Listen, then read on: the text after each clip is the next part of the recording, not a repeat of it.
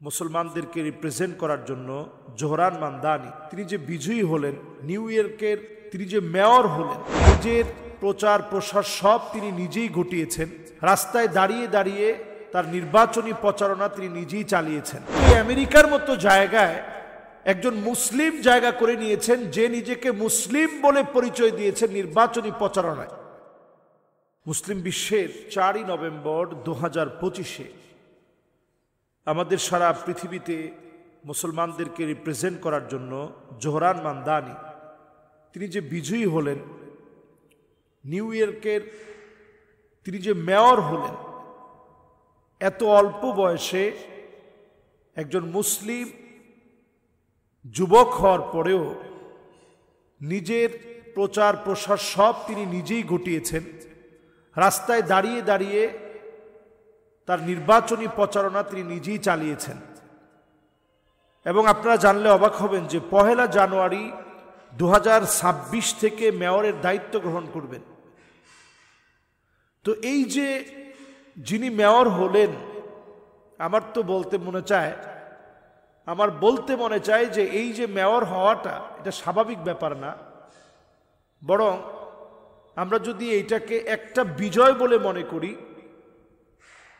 বাদা আল ইসলাম গরিবান ওয়া সায়াউদু গরিবান তুবা লিল গুরাবা, ব্যতিক্রমদেরকে দিয়ে আল্লাহ রাব্বুল আলামিন আবার নেতৃত্ব দিবেন। তো তার ধর্মীয় অনুভূতি কেমন আছে সেই প্রশ্নে আমি পরে আসছি।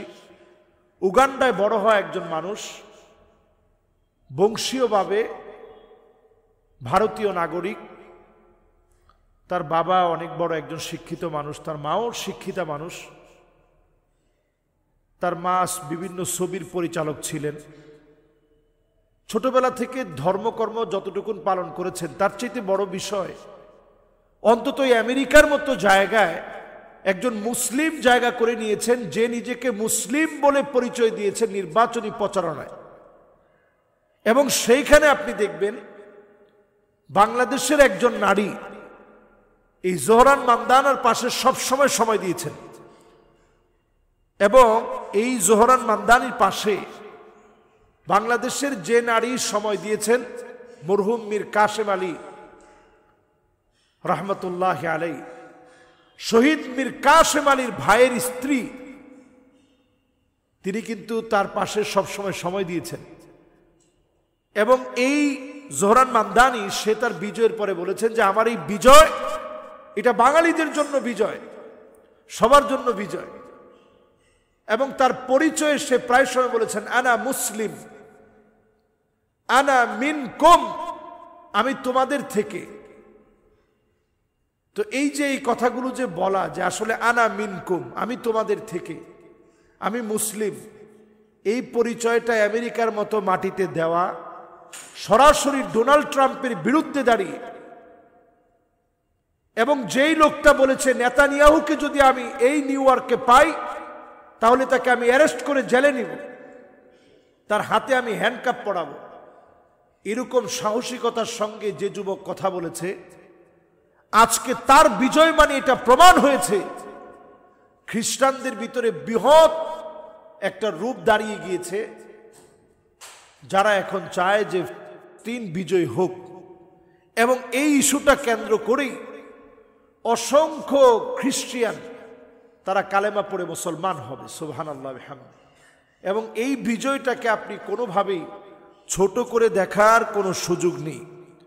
34 বছর বয়সের মেয়র পদে নিউ ইয়র্ক শহরে এই ইতিহাস গড়েছে এই ছোট্ট অল্প বয়সের মানুষ। 34 বছর এটা খুব বেশি বয়সের কিছু না।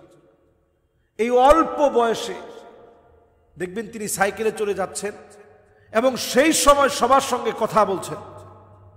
সাইকেলে যাওয়ার সময় কথা বলতেছেন, রোডে চলার সময় কথা বলতেছেন, সবার সাথে সালাম বিনিময় হচ্ছে, কথোপকথন হচ্ছে। সুতরাং এই বিজয়টাকে কেন্দ্র করে আমরা অন্তত আশ্বস্ত হতে পারি, ডোনাল্ড ট্রাম্প যেভাবে মুসলমানদের উপরে অ্যাট্রাকটিভ হচ্ছিলেন, তার যে মার মুখে একটা ভঙ্গিমা ছিল। ডোনাল্ড ট্রাম্প হচ্ছে একেবারে প্রকাশ্যে যা করার প্রকাশ্যে বলে কয়ে করে, এবং যা সে বলে তার বিপরীত সে করে। এ হচ্ছে ডোনাল্ড ট্রাম্পের চরিত্র। আপনি আমেরিকাকে এত সভ্য মনে করেন, অথচ আপনি আমেরিকার এই কয়েকদিনের হিস্ট্রি আপনি ঘেটে দেখেন, কতগুলো শুট হয়েছে, প্রকাশ্যে শুট। এই প্রকাশ্যে শুট যারা করেছে সেই সমস্ত বাচ্চাদের বয়স 14 বছর 15 বছর। তারা স্কুলে গিয়ে ডাইরেক্ট শুট করেছে, অসংখ্য মানুষ মারা গিয়েছে। আপনি গুগলে সার্চ করলে পাবেন, চ্যাট জিপিটিতে সার্চ করলে পাবেন। কিন্তু এই তথ্যগুলো আপনার কান পর্যন্ত পৌঁছায় না কেন? কারণ তারা এটা পৌঁছাইতে দেয় না। তারা তাদের সভ্যতাকে মুসলমানদের মধ্যে ছড়িয়ে দিতে চায়। জোরান মামদানি যখন মেয়র হয়েছে, আমরা অন্তত আশ্বস্ত হতে পারি মুসলমানদের সংস্কৃতি এখন ছড়িয়ে যাবে, মুসলমানের আদর্শ ছড়িয়ে যাবে। তো যদি এই আদর্শগুলো ছড়িয়ে দিতে পারে, তাহলে অন্তত আমেরিকার জন্য এখনকার যে বিজয়, এটা জন্য শক্তিশালী একটা ভূমিকা রাখবে, সুদানের জন্য ভূমিকা রাখবে। যেখানে মুসলমান নির্যাতনের শিকার হচ্ছে প্রত্যেকটা ভূখণ্ডে, এটা আগামী দিনের বিজয়ের জন্য অনেক বড় একটা মাইল ফলক হবে। আল্লাহর কাছে আমরা দোয়া করি এই বিজয়কে যেন মুসলমানদের পক্ষের বিজয় হিসাবে আল্লাহ যেন কবুল করেন। আসসালামু আলাইকুম ওয়া রাহমাতুল্লাহি ওয়া বারাকাতুহু।